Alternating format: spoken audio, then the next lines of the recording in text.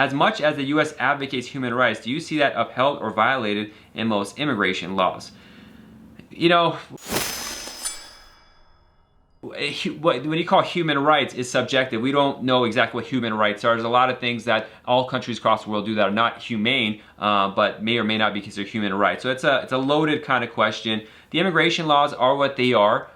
You know, the U.S., at the end of the day, no matter how harsh our immigration laws may seem, we have the best, most open immigration laws, policies of any country in the world for people to be able to come here, get green card, become a citizen, and be able to vote and control the destiny of this country. Now, there's countries like Turkey who have millions of refugees come there and live there, God bless them, but they live in refugee camps. In America, you come here, you get a work permit, and you can live your life a lot of times. So as much as people want to bash America on this stuff, we have the best immigration policy in general when it comes to amount of people that come in and are able to adjust and become Americans. I have family in Europe, I have family across the world.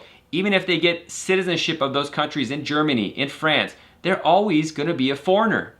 But in America, you come here and over time you become an American. You can live here and just be American, make decisions about the future of this country, and say I'm an American and not necessarily say I'm this foreign person and feel that. And so I gotta say like this, I don't want to bash America. We have the system can be made better.